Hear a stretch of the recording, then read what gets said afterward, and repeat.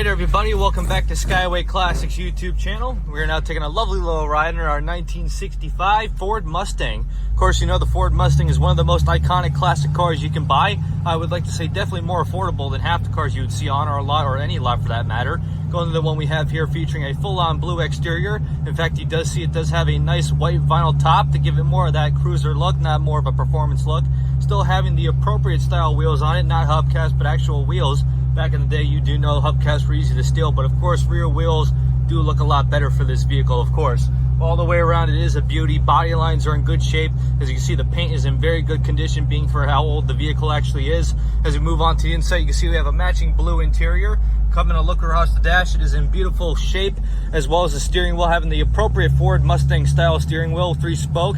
I do believe the horn works, it does, as well as the 65 cluster. Of course, this iconic cluster is very beautiful. In fact, for the 66, being that there was the gauge in the middle, but 65 was a year of its own. And of course, if you had a 64.5 or 65, they were a lot popular than the 66. But anyway, moving across the dash here, you can see it does have a newer model tune-knob radio with AM and FM.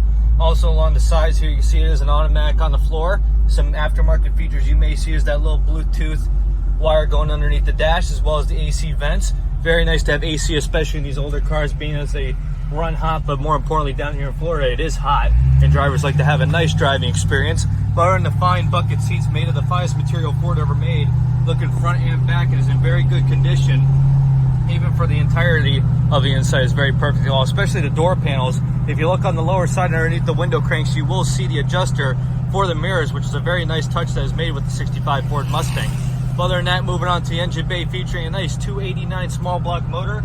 Of course, you know the 289 was a good motor you could get for the Ford Mustang. A lot better than those inline 6 motors, which are basically the secretary cars. But it's this top tier line executive motor for a Ford.